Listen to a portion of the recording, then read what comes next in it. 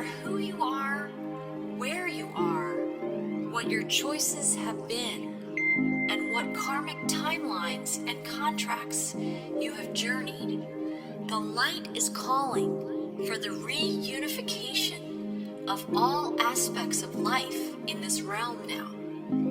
It is calling for the cleansing of all polarities. It is calling for the rising of all sacred heart centers now. All are being summoned home to the greater light now.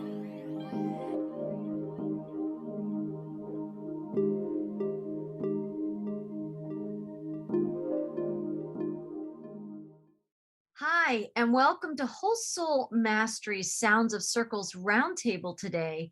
I'm Marie Moeller, and I'm an author, intuitive, and a messenger of integrating into a greater wholeness inside ourselves, which is what Whole Soul Mastery is all about.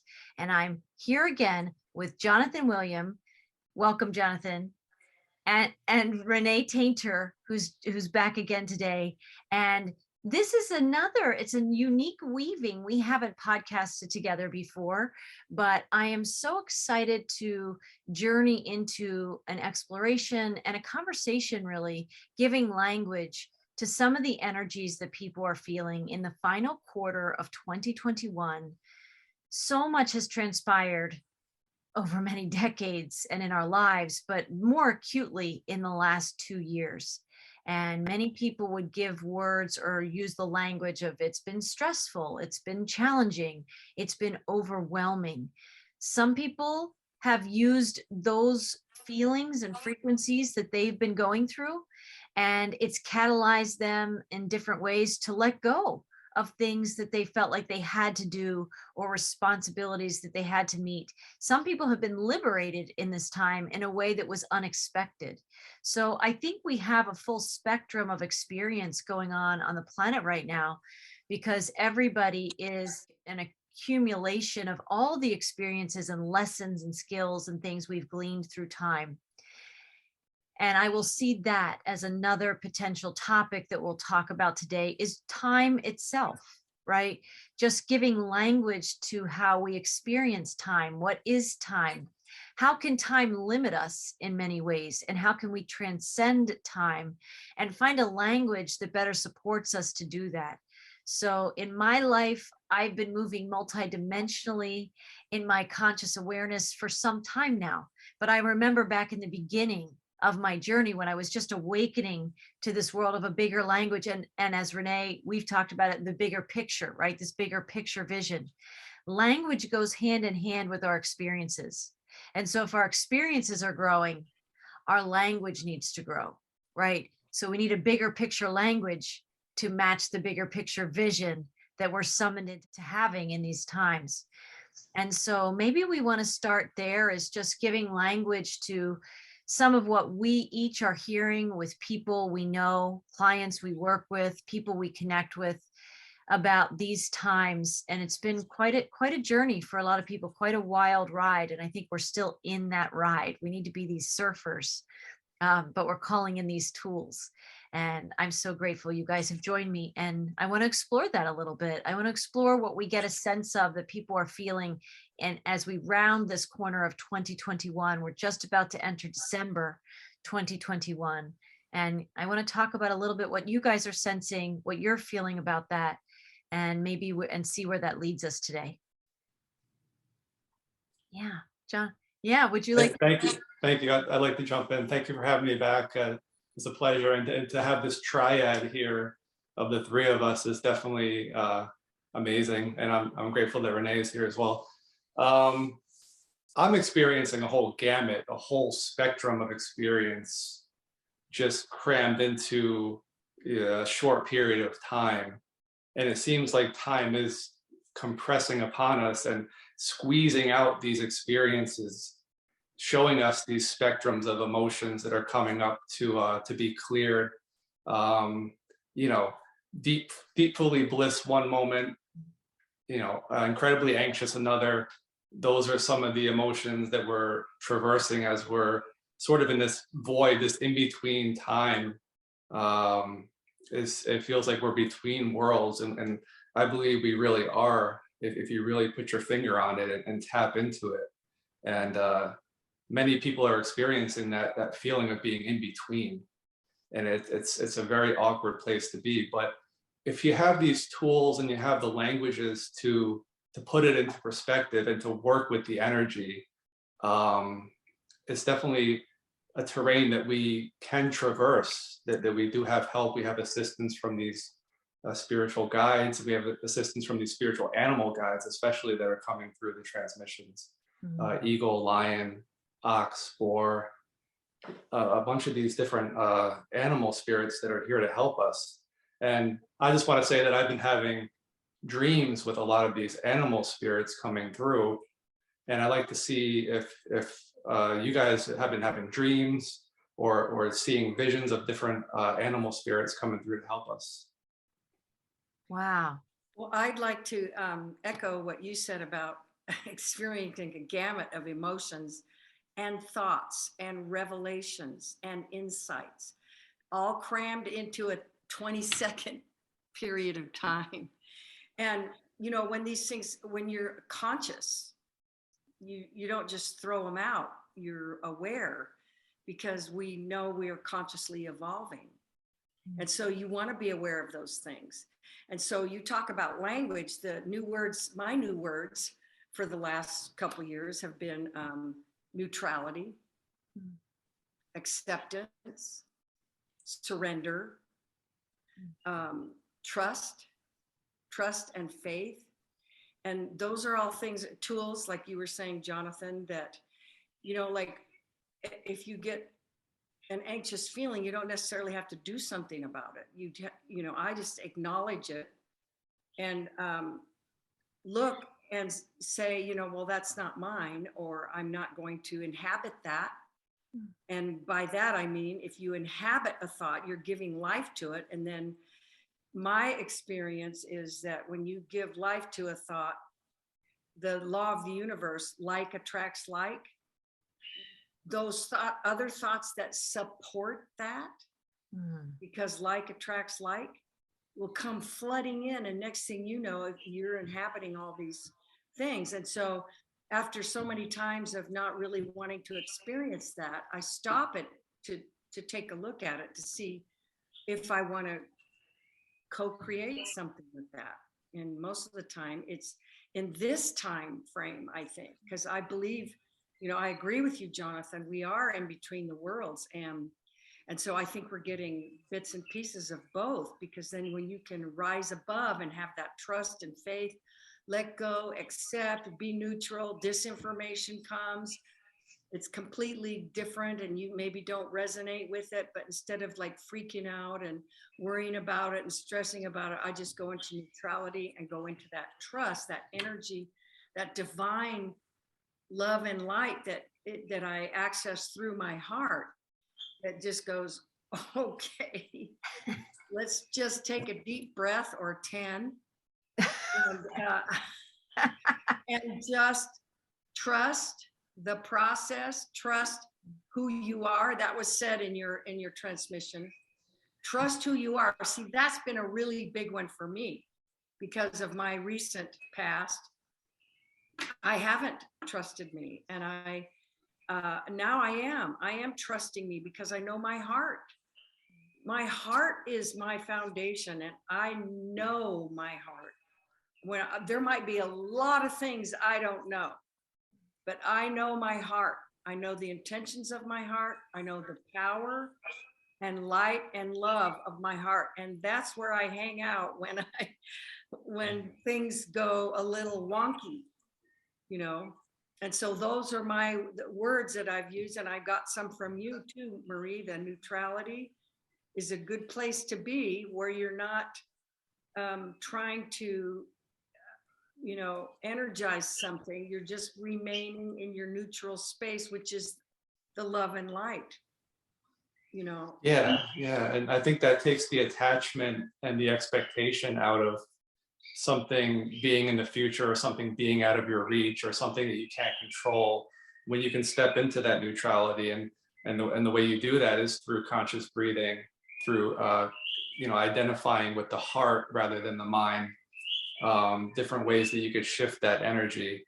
And speaking about animals, my birds are singing away, their heart's content. And in the next room, they're just. I absolutely love it. Yeah.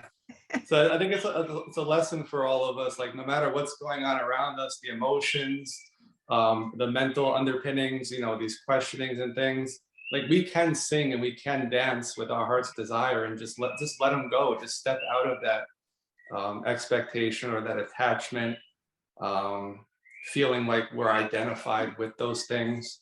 But yeah, it's Marie, you want to jump in?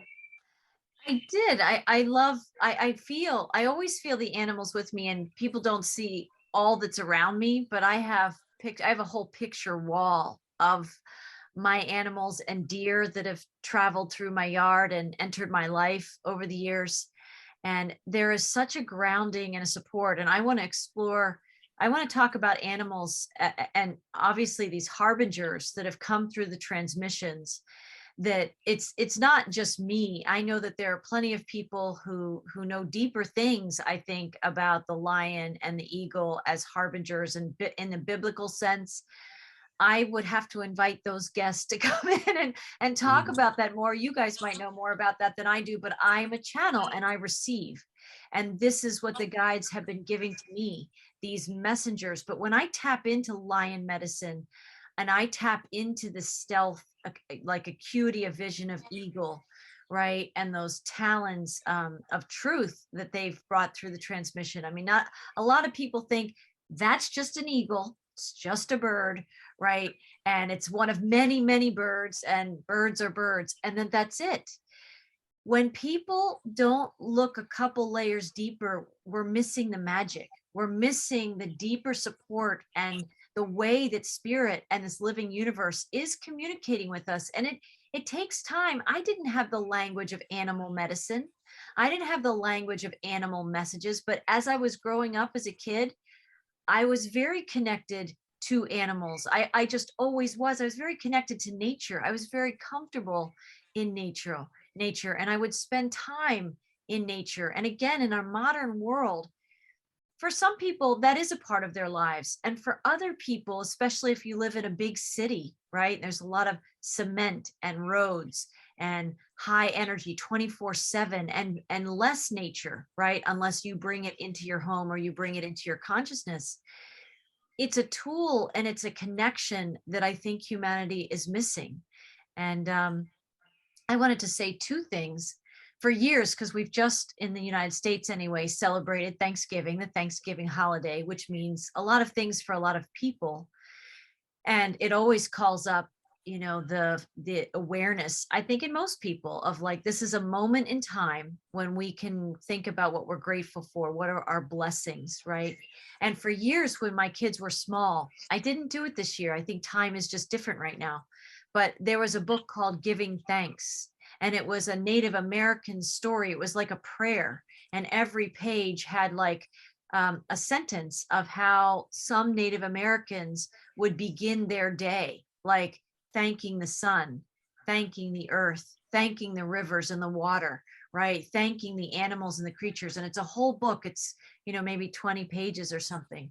But the energy as you move through it, it's like it's thanked and blessed everything that's connected to nature and this earth. And that's just how they begin their day. When you think about our modern lives and our modern language, I don't think we talk like that so much anymore, right? We don't even necessarily even know which way our houses are built and oriented, right? Are we oriented to the rising sun, or are our backs to it, right? We don't even think about these things because it's not been part of our awareness. And for a lot of us, it's not been part of our education. It's not been part of our families or communities. It's just not part of a lot of people's experience until you have some kind of catalyzing experience or some kind of event in your life. It could even be a podcast like this, that you bounce into this and you're listening and you're like, well, we'll see what this is about. And you hear people talking about things that you didn't necessarily give words to, but we think it's important because we're talking about it. And maybe that seeds in somebody else's consciousness that this is important too. And so between that book of Giving Thanks, that has been a part of my life and my consciousness, my awareness of starting every day with gratitude. Before I really open my eyes, there's this beautiful space where you're not asleep, you're in the in between. You're not fully asleep and you're not fully awake. You're in this beautiful, impressionable, manifesting or manifestable frequency where you are the creator of your life. You are the creator of your day. And if you want to seed into your day some beautiful energy, that's a great time to do it. And so that giving thanks book comes to consciousness for me. And also the energy of animals, because I live in kind of a foresty area. So I have an abundance of beings and creatures that cross my path all the time. And they're always communicating to me. And before I had the language, that's what I want to say. Before I had the language, I had the connection. I had the connection before I had the language. Some people are rebuilding both. Some people are rebuilding the connection with the natural world, and they're rebuilding a connection with language to grow into a bigger picture of themselves and to grow into a better version of themselves. And that's the squeeze of these times, right? I think we are being called to grow. I think we're being called to expand in all kinds of ways, to release the things that don't serve us anymore. And that's a language. Some people are just hearing that, like, what does that mean? Release things that don't serve me. If people think about that, if there are things in your life that make you uncomfortable, that cause you stress, that bring in those negative emotional states where you don't feel so good, right? A lot of people will then use those feelings as a bridge or a launching pad to distract themselves from it. People on the more spiritual path will notice those things, like you said, Renee, will notice those things, will feel them, will witness them, will be totally aware of them. But we will know ourselves as creators that we're not going to give life to those feelings, those negative emotional states, those triggers that are coming in. And that's where, and I want to hear from you guys, that's where these animal helpers, these animal guides, these messengers come into our experience, because you can look up just about any animal. And I'm so grateful to all the people who've created websites and written books about the messages and the medicine of certain animals.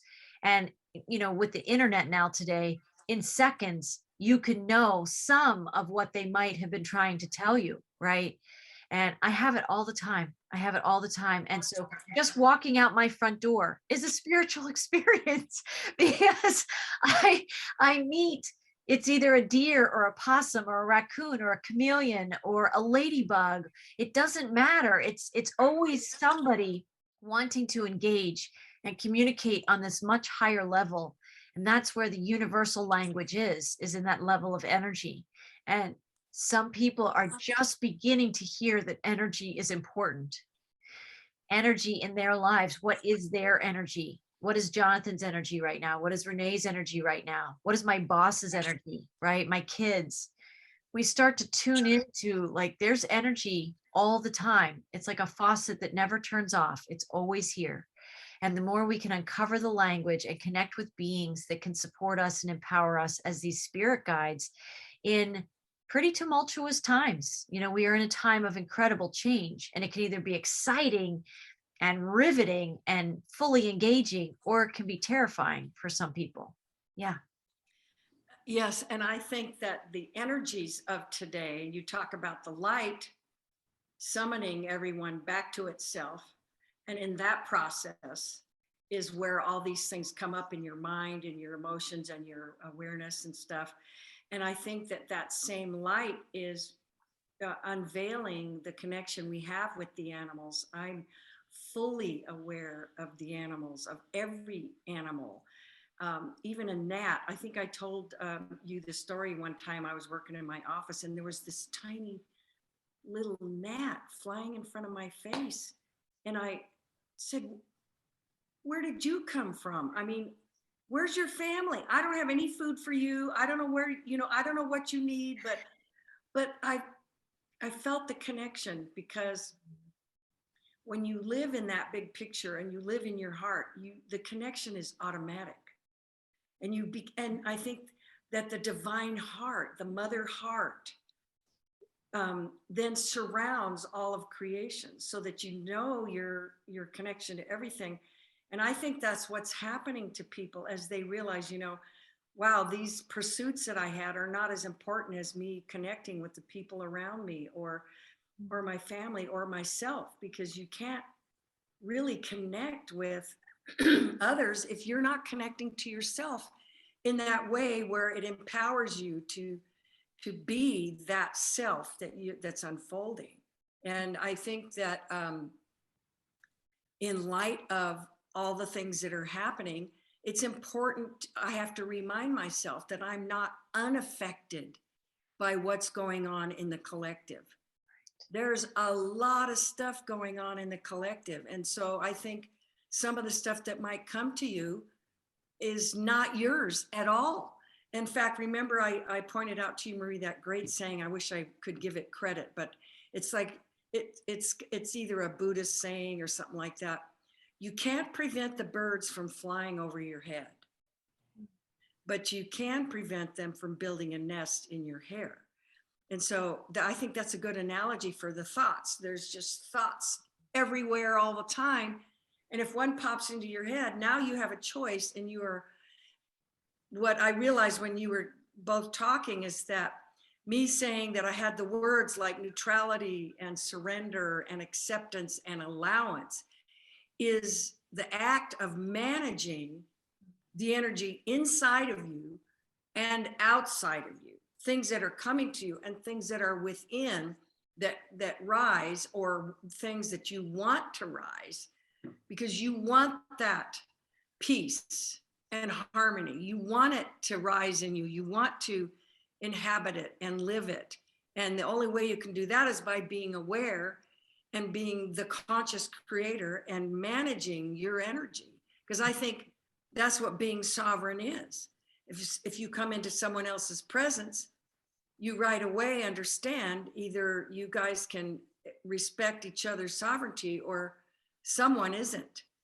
And so then you call on different skills, because you're still going to have the acceptance of their sovereignty, even if they don't see it, or if they don't accept yours, then your decisions, your tools are different.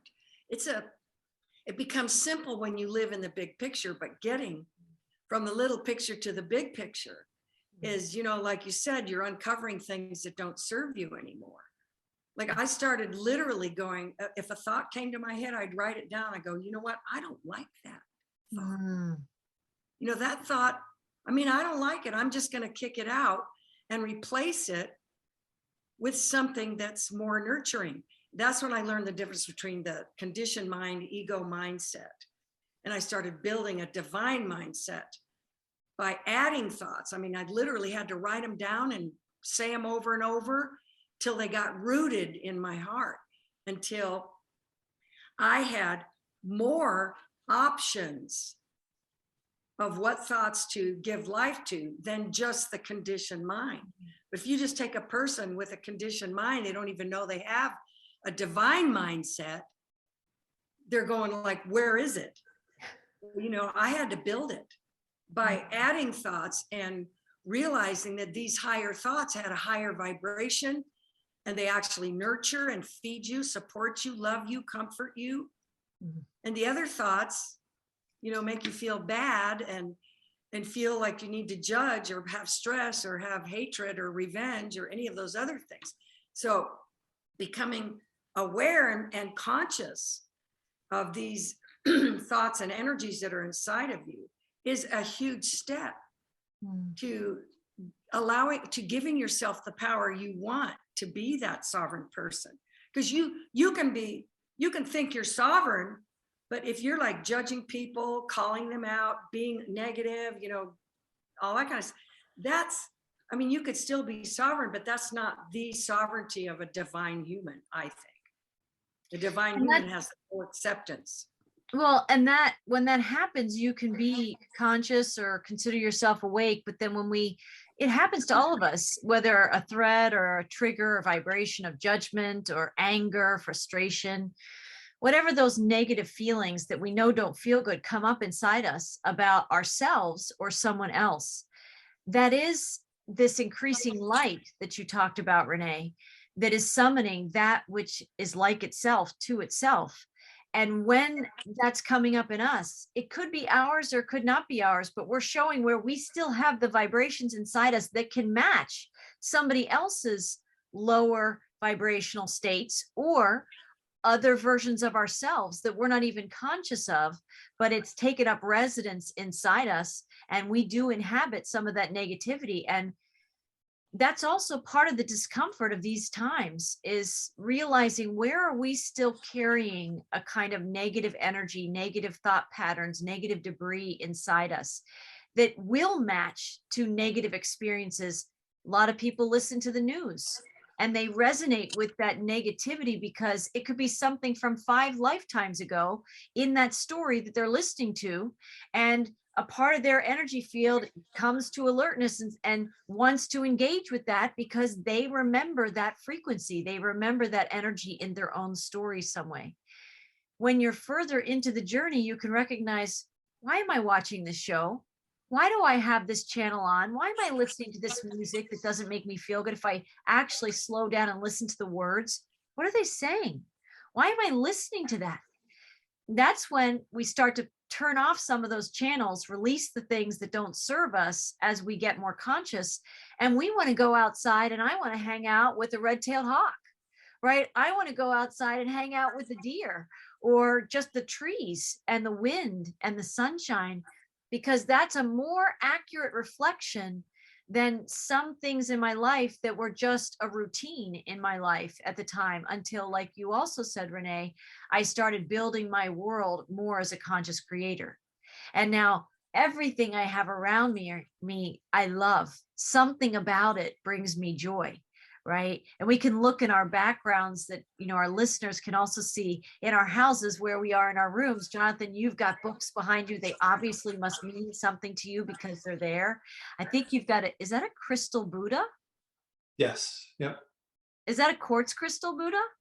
It's a quartz. Yeah. I think so. I'm not sure if it's quartz. It's I'm not. Yeah. gorgeous. I mean, when you came on this morning, I felt it right away. So I'm already tapped into the energy in your environment.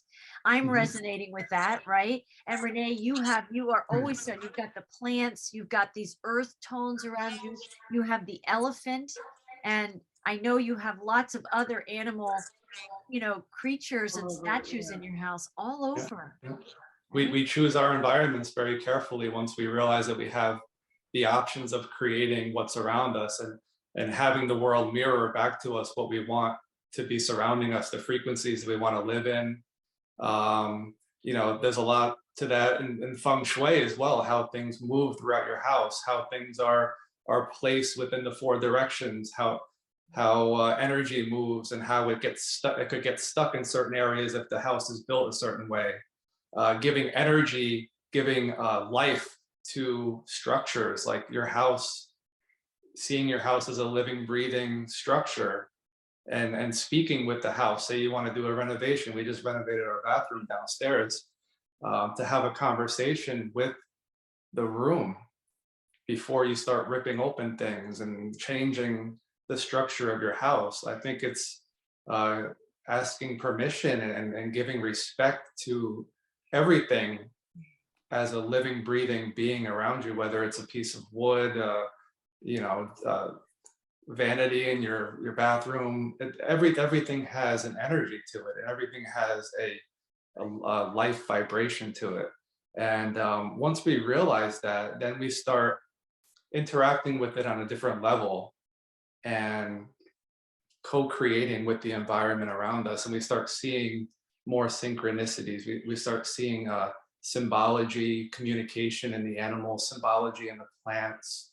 Or you may have, maybe driving on the highway, you see a license plate and it has a moniker on it and it means something to you. It's like, once you start tapping in and you start asking for more, and you step up in that presence, and you're like, okay, I want to see more. Like, just keep these synchronicities coming, keep the messages coming. I am open.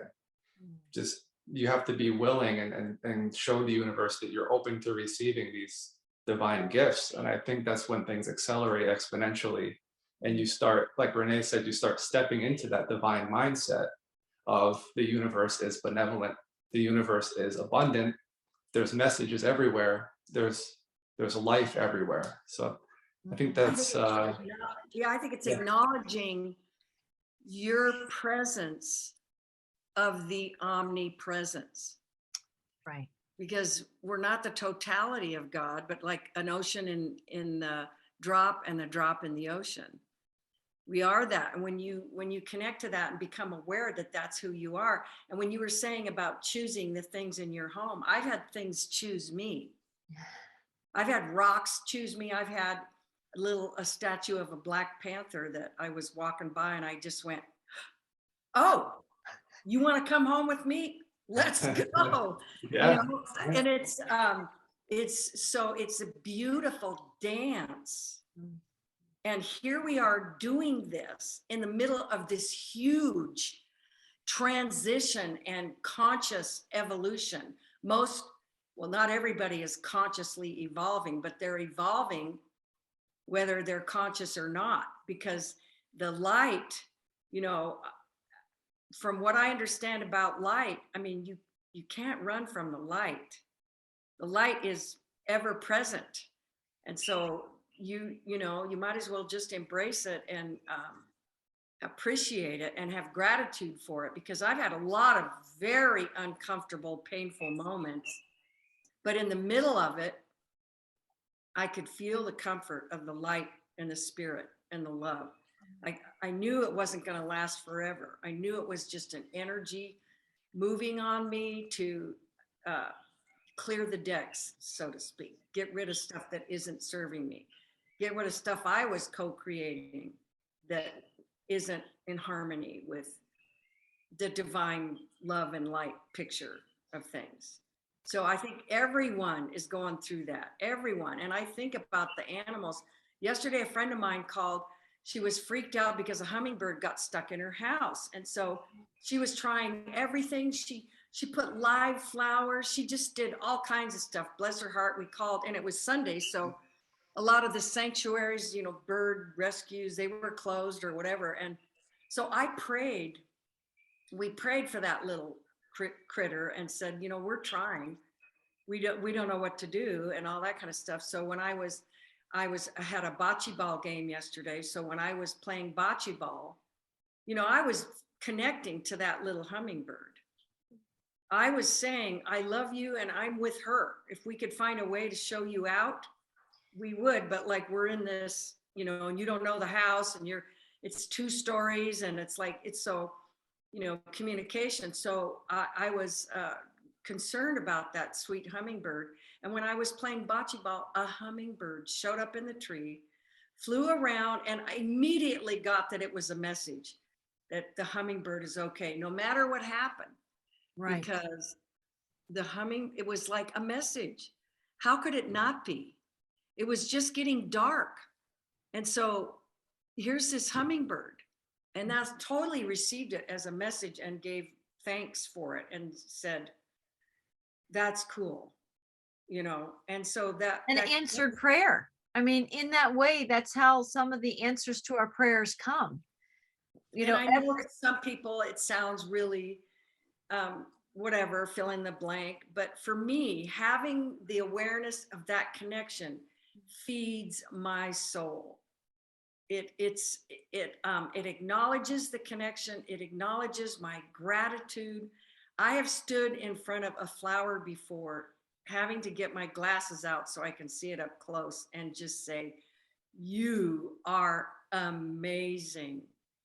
Those little stripes and those little this and that. And it's just, you're connecting to it. You're looking at it. You're acknowledging it. And actually I've had them say, so are you. So Right. it's not a one-way street. No. When you connect with that tree or that bug, they get it, because we're all connected. How could they not get it? And it's a beautiful thing, and it's awe-inspiring, and it's mind-boggling. I mean, I used to say, well, if I was God, I would set it up exactly like that. Look at that sunset, look at those flowers, look at the ocean. If I was God, I would do it exactly like that. You know, but, oh, guess what? Yeah, there's a perfection to it. There's an innate intelligence there, and there's a communication back and forth, like you said. It's just opening your ears to hear. And put it, maybe putting on your spiritual glasses to see the patterns in the flowers, to really see that there is a perfection to everything around you. And when you acknowledge that and you give gratitude, you just open yourself up to seeing more of what is already perfect. And I realized that the flower, it's not just me going, oh, you're so beautiful. The flower has an energy, a presence that's making me feel that because I choose to see it and connect with it. Mm-hmm. And that's wild. Or a puppy that you're walking down the street and here comes a puppy, and it's because it's life and it's the expression of God. I mean, years and years ago, I heard this in my spirit. Everywhere you rest your eyes, you see God. Because all of it is consciousness, every bit of it. And the first time I realized that, I'm standing on the carpet. I'm not hurting you, am I? That's how silly it gets. That is so something that an empath would say, right? Empaths would feel the carpet and think about its comfort level of the carpet, right? Right. But then I got, no, I'm a carpet and I'm a perfect being where I am, and you can't hurt me walking on me. So messages are everywhere in our lives, and that's what, to use Flower Diamond's language, she's somebody who's been in some of our round tables. She talks about the mundane, the mind, and the muse. And when we can appreciate all of them, and if we want to equate, to give language to it, the mundane, we might equate to what people call 3D. It's just regular, everyday life that you have to see it to believe it, and that level of living. But the mind is the bridge between the mundane and then the muse, which is our higher dimensional selves, and the mind and the heart are kind of a bridge in there. And we access the muse. And in the muse, when we're in that bigger picture vision, we see the mundane, and the mundane comes to life in a more magical way, just like you just talked about with the hummingbird or the plants or the flowers or the carpet. That's how we choose to live, because we've awakened to ourselves and just begun to play in this world where we want to see a bigger picture. We are seeking the interconnection between all things. And until I had some of my awakening as an empath, I felt that connection with so many things, but I didn't have the language that helped me walk even deeper into that oneness, into that relationship with everything. And that's how, when I met each one of you, it's like I already knew you, right? We were reuniting and re-meeting, even though in the mundane, in the 3D world, we were strangers to each other, but not soul. Not at soul level were we strangers, right? And we started talking like this from day one, because we remember, but we play in the muse, we play in these higher dimensional frequencies, and we play in this way where we let ourselves know everything else. We let ourselves reunite and re-meet aspects of ourselves that are reflected in a flower, that are reflected in an animal totem. And maybe I thought we could segue for the other part of this podcast a little bit to talk about some of the recent transmission that came through for December, the energies of December 2021. There's always so many parcels of energy in these beautiful transmissions that are given to us, to all of us. And there's themes and threads of the emerging great awakening, right? There's themes and threads of living beyond time and this 3D matrix, living beyond the mundane, going beyond, bridging into bigger worlds and bigger picture vision. And there's also big messages about a third harbinger. So what came through the transmission when I finally channeled it was that they were twins. It was twin harbingers. I didn't see that one coming. What I felt coming was the boar. That came in a few weeks ago. I was feeling a boar, and people who know, I think, the biblical messages connecting to harbingers and source and these times, I heard some people say it's the bull, I think, right? It's the bull. But I wasn't seeing or getting messages about the bull. I was getting all these messages about the boar. And so Spirit surprised me when they brought them in together in a twin message, each with their own strengths and medicine for us in these times. And I think that's, even if there's there's probably been some prophetic biblical prophecies for these times, these harbingers. I'd love somebody who can explain all of that. I don't know if you guys can, but I'll just seed that into the conversation. That's a nuance to these times. Why wouldn't we want to have additional support, right? Additional messengers. And I think there's so many things that the guides relay so beautifully. So it's worth reading or hearing the transmission itself for people who are listening to this that haven't yet. Go tune into that. But inside the story of the boar, which is also akin to a pig, they brought through the story of the three little pigs, right? And the wolf who's coming to huff and puff and blow their house down. And there's also reference of the Grinch and how the Grinch stole Christmas, right? And I want to focus in specifically on those two stories for a minute, because I think there's a little bit of a language and conversation we might be able to seed in our listeners and people tuning into this right now, especially as the holidays kick up. And also we swirl in the energies of December as we round out a year and prepare for a new year of new beginnings, endings and beginnings, this in-between time. So when you have the three little pigs, and many of us know that classic tale, right? But essentially for someone who might not know that tale, there are these three little pigs, they're brothers, and they live with their mom, and their mom basically lets them know it's time for them to make their own way in the world. And they each go and they make their own houses. The first pig is excited because it quickly puts together a house of straw, very quick to build, and then have lots of time to play. And then the second pig, the second brother, builds his house out of sticks. Took a little bit longer than the straw built house, but he's pretty pleased with himself, and he also has time to dance and play, which makes him very happy. The third brother builds his house out of bricks. Takes a little more time, takes a little more blueprinting and planning and being more methodical and preparing and building that brick by brick to build a strong house. And then along comes a wolf that comes by the first pig's house, who made the house of straw, and he says his classic threat and his words, which is, let me in, right? Little pig, right? Or I'll blow your house down, right? And I'll huff and I'll puff and I'm going to blow your house down. And so the little pig is terrified, somehow must get out a back door of this little straw house and runs away from the wolf to his brother's house made of sticks. There they huddle together, and soon the wolf comes and finds them there too and says the same thing, right? Little pig, let me in. I'm going to huff and I'm going to puff and I'm going to blow your house down. And he has an intention of them being his dinner, right? They're pretty terrified. They somehow find a back door and they run around to their brother's house, who built his house out of bricks. And when they're inside the brick house, in that strong house, that wolf can threaten all he wants, but he's not very effectively blowing the house down.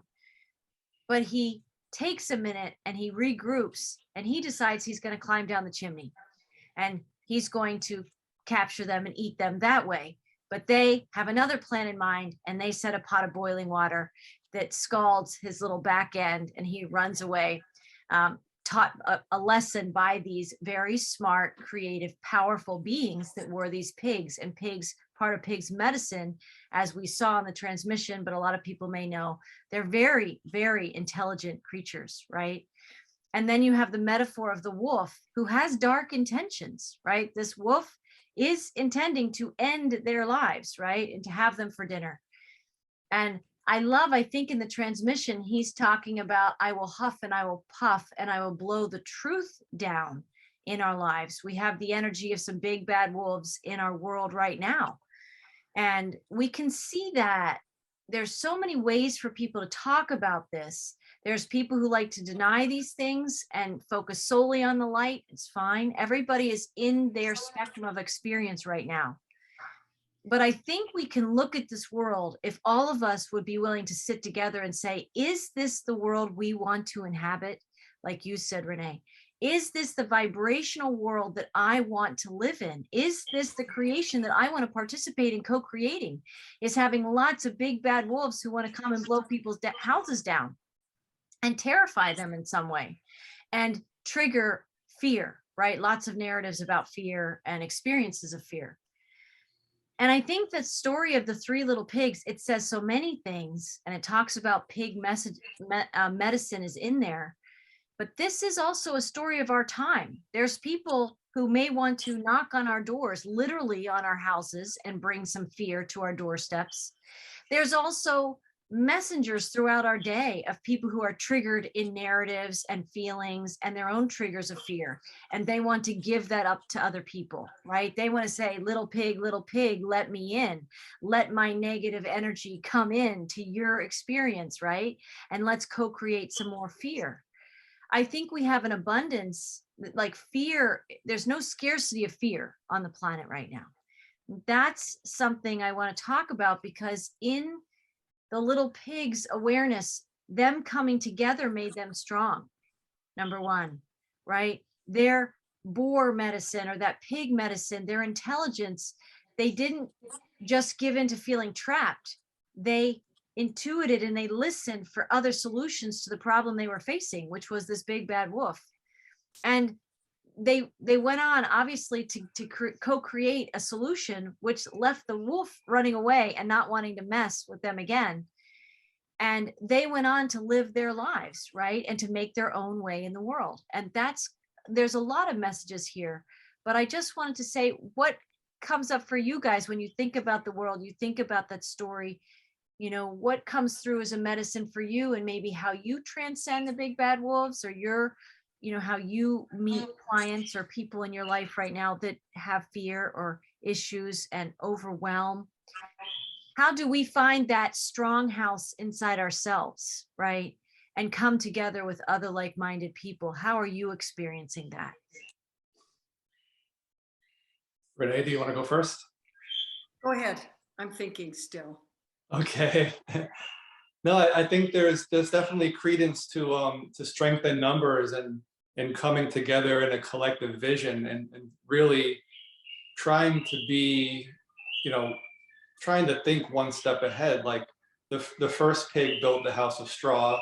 The second one upgraded that version of the straw to a stick, but it was still in vain because both those houses got blown down. And it wasn't until the third pig saw far enough ahead, had that bigger picture vision, that eagle vision. I would even say, you know, bull vision, the bullseye. You know, you're looking at the bullseye. You're looking at that big reward in the middle, in the center. You're looking at the bigger picture, the bullseye. And I think in order to do that, you do have to daily commit yourself to this refinement process, this transmutational process, this alchemy that we walk through every day. There's so many different ways to do that, but it is, like we said before, reach out to one of us as a mentor. We can help guide you through this process. There's other people in your life that can help as well, to cultivate these tools and start seeing the bigger picture.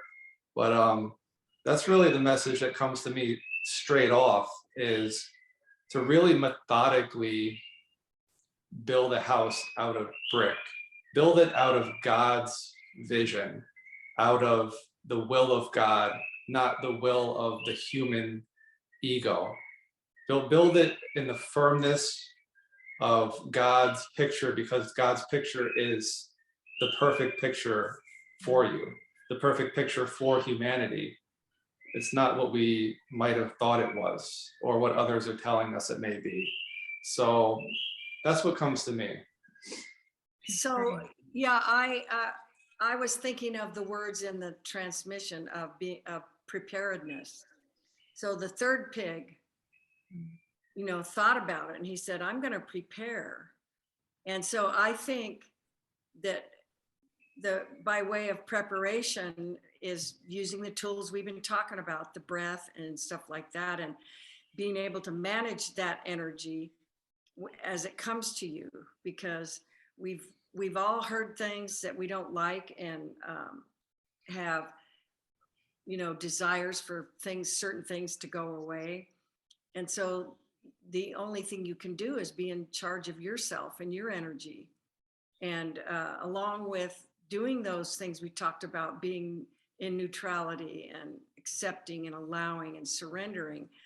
There's another part of that I didn't mention earlier, but I know we've all talked about it, and that is holding that vision, which is part of the being prepared, holding the vision of what we want and co-creating with other people all around the world. We're co-creating that vision of unity consciousness, of living in harmony and peace and love, and allowing people to be who they are. Because it's not 5 or 6 or 7 or 8 or 10 races. It's one race of human beings. And we have these beautiful diversities that we can celebrate, you know. And so I think that story was talking about the ways in which you prepare. Some of them work better than others. And that at being prepared, and the light will lead you. If you don't know, ask. If you don't know what's best for you, ask. Go inside and ask, because in your heart is where you are connected to the infinite wisdom and love and light of God's source, God, life source, all of it. And you will get the answers you need. It's a great prayer, that show me, show me and lead me in the light. And these do not have to be extravagant, wordy prayers, right? They can literally be just what's in your heart to say. I know that many people, when I listen to them pray, I'm always so moved, because some people just go into almost like a channeling like state, and it's so beautiful. I know that when I connect with source and spirit, and certainly early on in my journey, it was very simple things like show me, right? I am open, show me, lead me in highest good, lead me in the light. And then allowing the don't know mind inside me to let spirit lead me in these ways. And yes, there are some big bad wolf energies on the planet, right? And so I think it's just important that you in your consciousness or your intention, that when you're saying show me, but you're feeling and asking to be shown the light, you're asking to be shown in, protected and guided by the light, in what is highest good for you. So when I say show me, I mean all those feelings, right? Show me what's highest good, show me the light, and protect me in the light while you are showing me. And there's a verse in the Bible that says that if you don't know what to pray, the Holy Spirit will intervene for you. And there's times when I've said, I honestly don't know what to pray for, but you know my heart. My heart has the highest of intentions for myself and all of creation, leaving nothing out. And there's times when I've just like flat didn't know. And I just said, okay, take it away, Holy Spirit. Yeah. Right. Yeah. Yes. Yeah, I like to think of the Holy Spirit as the great mediator, the great bridge between your human self and your God presence, your connection with all. And there are times where you just have to, in humility, surrender it and say, I don't know. Right. I don't know, but I trust in you to assist me in working this puzzle out with me, and to show me the way, show me the light. If I don't know what the light is, don't allow me to be afraid of the light. That there's an immediate reaction a lot of times, because we've been in such an amnesia consciousness on this planet that the light is fearful. The light is fearful to a lot of people. They just don't, it's like being in a dark cave for 80 years. If you were to immediately emerge from a dark cave, there's a story. There's a well-known story, I forget the name of it, but it has to do with seeing shadows in a cave and emerging out of the cave and seeing the light. The immediate reaction after 80 years is this, and to run back into the cave. Right. But if people can start working with these tools, start working with the language, it makes them comfortable with the light in little increments, so that it's not overwhelming all at once. Well, and that's how source works. Yeah. Right. I think the cave is the conditioned mind, and that the light is the divine mindset. And so the light has all the answers, but if you don't have a frame of reference, and you don't, I learned when I was learning about the conditioned mind and the ego mindset, that a lot of times a new thought would come into your head and it races around to look for its place. Where is it going to live? What's already in your mind that can accept that new thought? And most of the time, if you can't find a place, it's not going to make sense because you don't have a frame of reference, because maybe it's a higher vibrational thought or a new way of looking at things. And you just, most of the time, people just kick it out and don't give it a second thought. And I think the reason why we're where we're at is because a lot of times we gave things a second, third, fourth, fifth, and sixth thoughts and carried on and ended up embracing the new light and the new knowledge and the new wisdom that you allowed, because you said, is that true? Yeah, it may have taken 2, 3, 4, 5, 6, 7, 8 times in my stubbornness. Yeah. But yeah, it finds a place in the mind eventually. These open, yeah. It serves everyone to look at each new thought that comes in, look things up and whatever, and then you can always dismiss it, but you don't know what you don't know. And I think you're treading on dangerous ground when you can just pass judgment on stuff. A lot of the misinformation is going on. Yeah. I've heard people say, oh, that's not true. Well, as Marie once said, not everyone is skilled at doing research. Yes. And you need to research because you're a creator. And so how do you know you want to keep creating that if it's like causing harm over here? Maybe you don't want to do that. So you have to look at everything, because you are responsible for everything that comes from you. Every thought, every breath, every action, every deed, every emotion is attached to you. It's not attached to anyone else. So something happens, it's like it's recorded forever.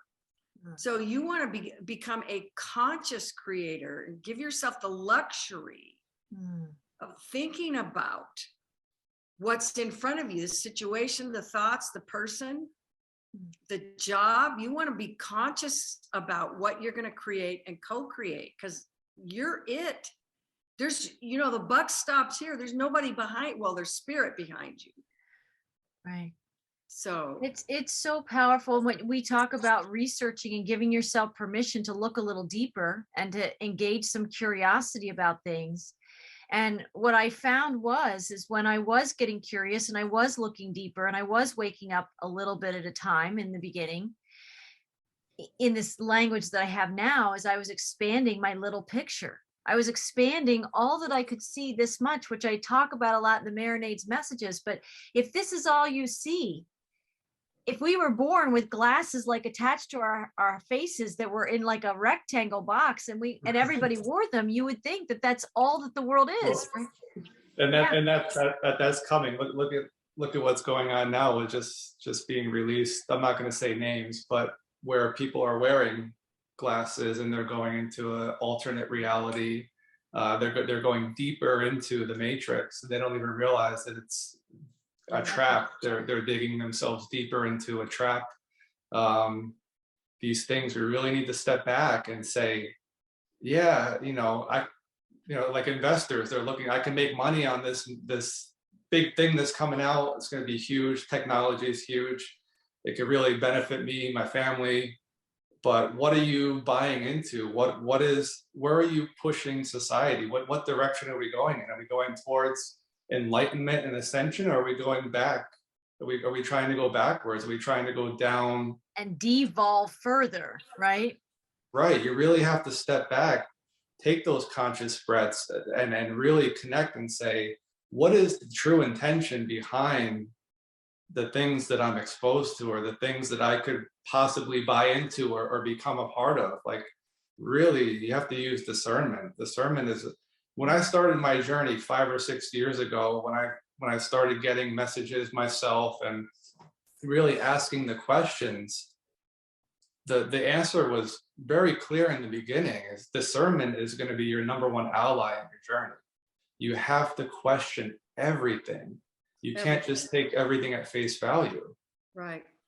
And you become an explorer when that happens. And I think you talked about that refinement process, Jonathan, that purification process in its own way. I think in my own life, as I became more of a conscious adult, but a conscious creator in my life, I started to listen to things, and we've probably talked about this on other podcasts, and we will again, I'm sure. But in this awakening process, I started looking at the ingredients in the food of things I was buying. That was one way that I got curious. I never looked before. You assume if it's, approved by the government or the FDA or whatever governing body, it must be fit for consumption. No, not necessarily. You can look at those ingredients and they're not good for human consumption at all. But they got a little red, they got their stamp that they needed to be on that shelf. And I started to realize, oh, I don't want to buy things with those things in it.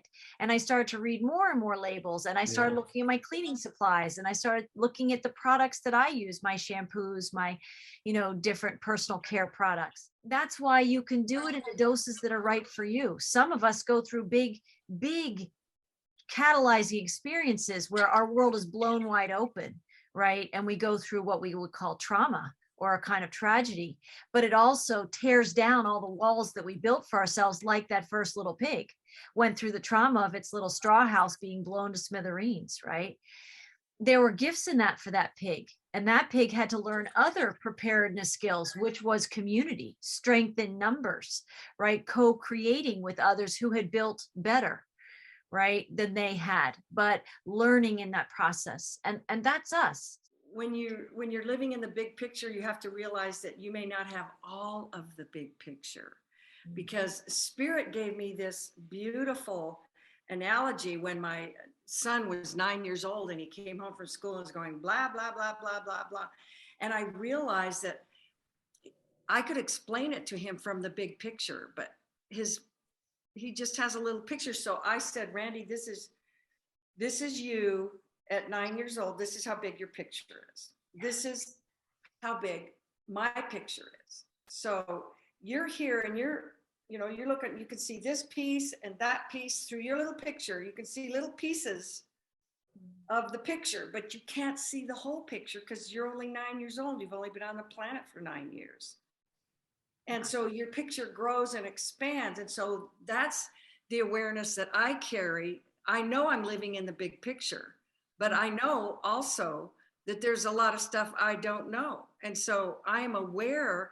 That's why I allow things to come to me and then ask and stop still doing the question everything and use the tools for discernment and before you anchor it inside yourself. So I think that's a hugely critical place to be in when you can humble yourself. And this is from one of my favorite books, A Course in Miracles. Oh, it's themed throughout the book. I know nothing. I know nothing is like one of those mindsets that if you can get yourself into, you open yourself up exponentially to knowing more, right, to welcoming in more, to magnetizing more, and to humble yourself and say, there's a lot that I don't know. I may know something about this, I may know something about that, but there's a lot that we don't know. There's 99.999% of the universe that we just don't know about the workings of the creator God, creation. Yes. And so with that, I wanted to just, as we round this out today, I wanted to also talk a little bit about the story of how the Grinch stole Christmas, right? And regardless of religion or regardless of, whether we're attracted to these particular stories or not, there's something in the themes and the messages. If we get curious, if we dig a little deeper, there's something in all of them for us. And the layers of these stories never cease to amaze me, because when the guides bring them up, I'm always like, wow, I just hadn't thought about it that way, right? I just hadn't looked deeper into that. And when they shared in this most recent transmission for December 2021, how the Grinch stole Christmas, and the Grinch, for people that don't know, is some kind of made up character who lives in a cave on a mountain peak high above a little village of the Who's in Whoville. And every Christmas, they celebrate with great festivity their Christmas celebration, and they give gifts and they have big feasts and they sing and they're happy. It's a joyful time of year for them. And it just makes him more and more miserable just thinking about how happy they are. So he comes up with this plan of how he is going to take their happiness, basically, right? He's going to steal happiness from Christmas, and he's going to shut down the celebration. And he concocts this plan that he's going to go and slither in to each one of it through their chimneys. And instead of bringing them presents, he's going to steal everything from their houses, every last bit of joy, every last piece of tinsel and light that exists there. And he succeeds. He loads up his big sleigh and gets back up the mountain before they wake up. And he's expecting to hear them crying or sobbing or some, expression of distress of what he had just created. He could just stole their happiness. He just stole the joy of the season and their celebration and all that was in their hearts. But they're out there first thing in the morning singing like they always sing, right? Singing the joy of the season. And it goes on. You can feel the energy that they give in the transmission, but they still are singing. The joy is still there. It wasn't wrapped up in the present. It wasn't the feast. It wasn't necessarily the food. It was their connection. It was their song that they had always sung that was timeless. That was the present. That was the gift inside them. And we've heard this when people really listen to language, how we have presence, which is our consciousness inside us, often coming from our heart's consciousness and our higher selves, our presence. And then presents with a TS, right? Gifts that people give to each other for holidays and birthdays and things. But truly the Who's in Whoville are singing. This has just happened to them. Somebody like a big bad wolf in the form of a Grinch did invade their homes, right? And he did take things that probably were very special to them, but they kept their focus and their eye on the prize. And the prize is their joy. The prize is their centeredness. It's that neutrality, but it's also that heart consciousness, and it's their community. And they sang that song. And I think his heart melts and grows like 5 times that day. And I think, does it even happen? Do the Who's invite him to join them and partake in the roast feast? Something like that. So this is also a part of our time that in the pandemic, the impacts of this last couple of years, all the fear that has been kind of like a runaway train in our world, people have had to discipline their focus in a way like those Who's, right? That they organically and must have, we're going to give a lot of credit to the Who's. I don't know if it was shown in the story, but we're going to take a leap here, that they had spiritual practices, that they had a practice of cultivating their heart connection, that when things like that and a Grinch sweeps into your life, it doesn't rock your world because your gifts, your presence is your present, right? And they illustrate that to us in the deeper layers of that story. And aren't we called to find that Who? We're the Who we're looking for. It's us, inside us. Who are we? Who we truly are. That story illustrates us at least being summoned to look deeper and to get curious about who we are beyond the stress and overwhelm that many people are feeling, to look into finding community and kind of a sense of their tribe, people finding their tribe, their people, of people who are growing maybe at a similar pace and in a similar way as you. There are, we're all meant to come together with more people, and we're not meant to be alone. You saw that in the Little Pig story. You see that in the Who's. They come together against that foe or that adversary or that energy or that negativity, whatever it is. And that is another source of strengthening that's happening inside us for those that are aware and are willing to do the discipline to pay attention to what no longer serves us, including our own complaining and the negative vibrations. That it's right there. We can all complain all the time, and there's lots of reasons to be complaining on planet Earth in 2021. But we can also, if we hear this call and we hear this language and this invitation to see bigger, to grow your vision, is complaining and the lack and the fear and the scarcity that some people are feeling right now, is that the world that people want to inhabit, or do they want to find this cultivation like the Who's must have cultivated to sing when everything seemed to have been taken from them? This last couple of years, people might say everything was taken from me, right? Loved ones, jobs, maybe even their sense of safety and security or sanity. And when we look at that, we can say, how can I show up and have that kind of centeredness, that peace and grace inside myself, that they could still sing, even though, and the Grinch says that, and he's like, but I took everything, but I even took this. And he can't get his mind around it because he thought for sure that would make them suffer. Well, didn't they all ended up getting everything back? I think he does bring it back, right? I think everyone got everything back and everything was better.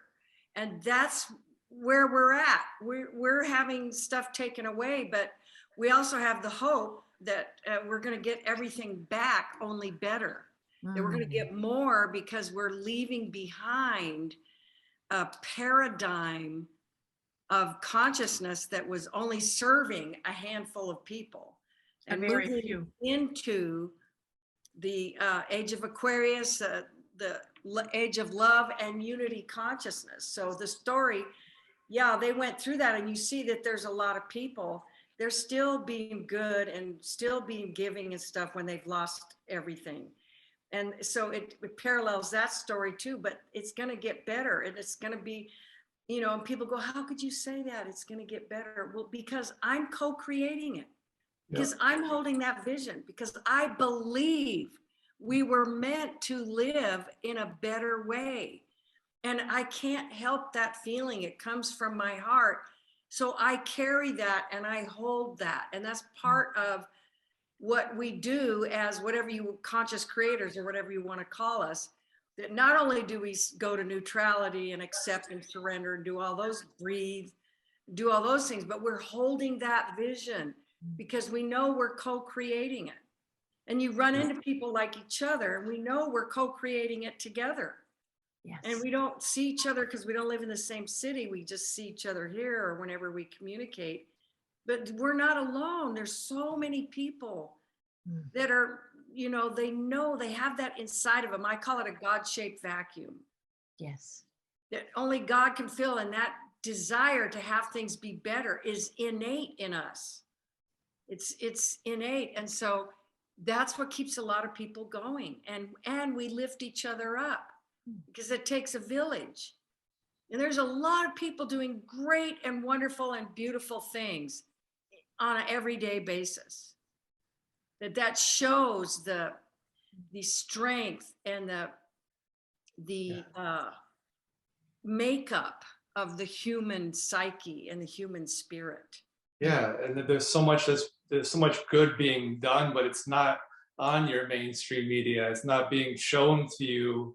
Where instead we're being fed fear every day, and it's how you align vibrationally and to know that you are connected with a community of like-minded, like-hearted individuals, and to hold that univision, the vision of one, the vision of peace, the vision of unity consciousness, and to not subscribe to something that's gonna bring us in a direction that we don't want to go in, to hold that picture of the golden age, the age of Aquarius.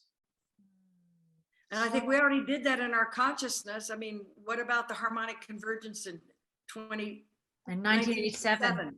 Mm-hmm.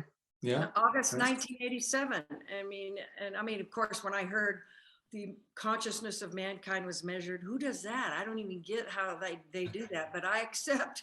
And and when they said on this date at this time, and I've even had times when I was on the airplane, I used to be a flight attendant, and they said, at this time, you just take 5 minutes and focus. And I was in the middle of a service, and I go, I have to go in the bathroom. I'll be back.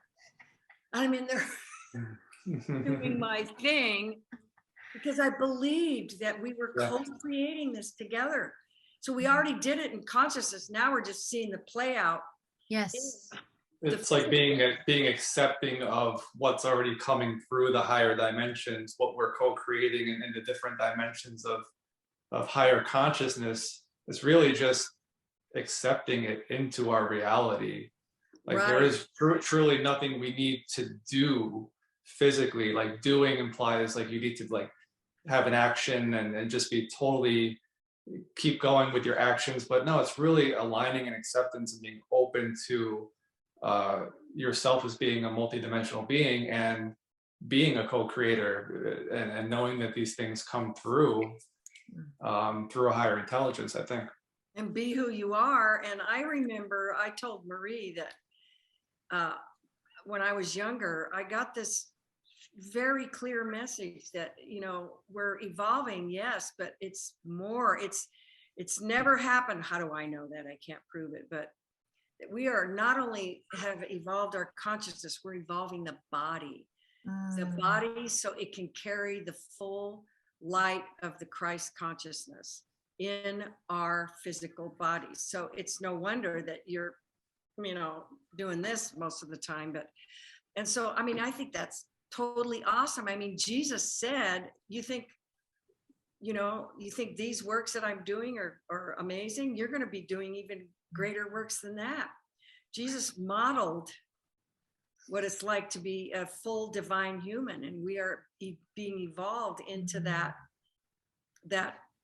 dimensional divine human that's way more than what we can imagine right now. I mean, I imagine it, but I'm sure I don't imagine all of it. Show me. It's a much bigger picture vision, and I think so beautiful what you both just expressed. And as I think about those characters, just think about the characters in your films, the characters on your news stations.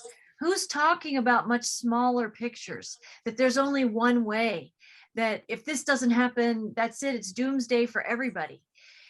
It's just pulling us into the myopia that wants to get us, like you said, Jonathan, with those glasses where people are already looking. You know, my goal isn't to go further into some kind of glasses that takes me into a false reality. I want to get these off. So I stopped wearing the contacts. I've been telling my eye doctor for years, I'm going to come in here and I already see myself with perfect vision. I have no idea how that's going to manifest, whether that's med beds, a spontaneous healing, many things. And I say, show me the perfect physical vision, right? Or better than 20/20 vision. I'm open, right?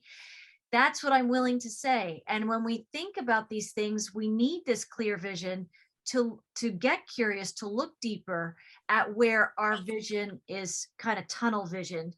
And you can look at characters that are shown in all of our storybooks or our movies. When I just think about the Three Little Pigs and the Grinch, who's living expansively?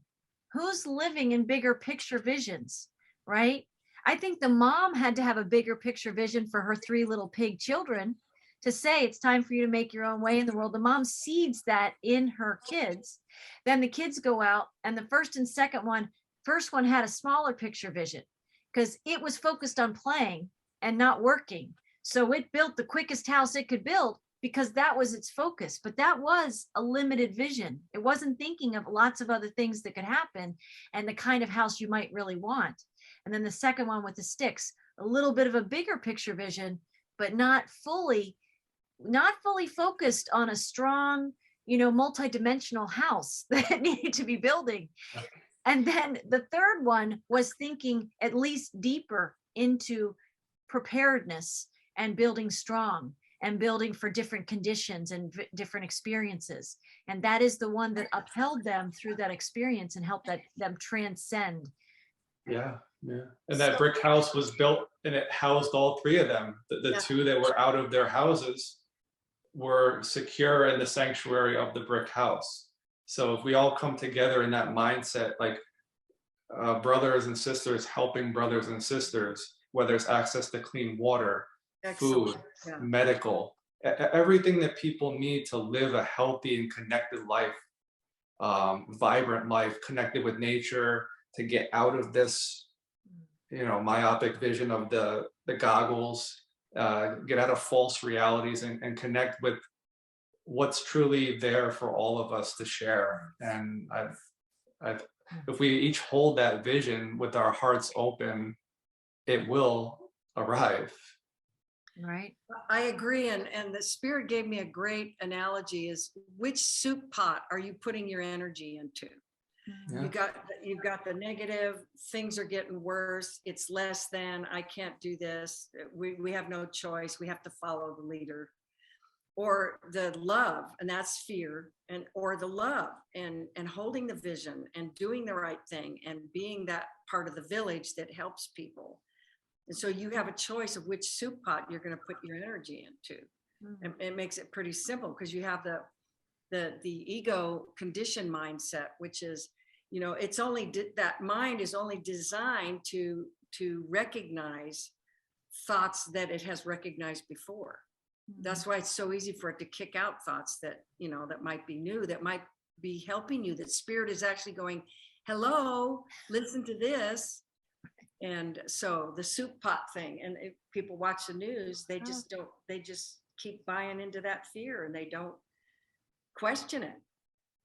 Well, like all that we're talking about, and then inviting people who are tuning into a podcast like this to pay attention to the animals that fly or crawl or visit you in your experience. And it can be an animal on the picture of a cover of a book or a CD album or whatever it might be. They come, they will find you, right? They will show up. And especially if you say, show me the higher vibrational messages of animal medicine and how this can support me. Show me how those harbingers are going to be relevant to me at all in these times, right? And how can I, at a feeling level, connect with them in my heart and not just look for that prove it energy of the ego of like, how are you connected to that lion? Or what are they talking about, this ego business, right? Because the ego will do that. The ego will do that. And it will try and throw out these messengers and say, there's nothing to see here, because it doesn't want bigger picture vision, because out there is where everything is scary. The ego wants to keep you in that small vision because at least that's its perception of where it can keep you safe. And it is trying to help us and keep us safe, but it's got that astigmatism. It's the ego that carries the astigmatism. And we can't possibly see our world clearly if we're looking through those foggy lenses, right? And that small picture vision.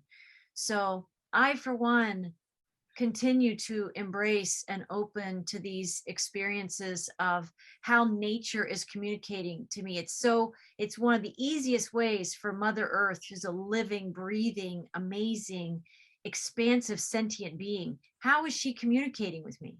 Right? And the same thing with source energy. They can have that hummingbird fly through your experience, Renee, to give you some reassurance that whatever it is, the outcome will be highest good. Right? Because that was your prayer you were asking. And then there was the echo. There was the answered prayer that came as soon as you asked, right? But people have to be open to receiving it. And each of us is and can be an open receiver. Yeah.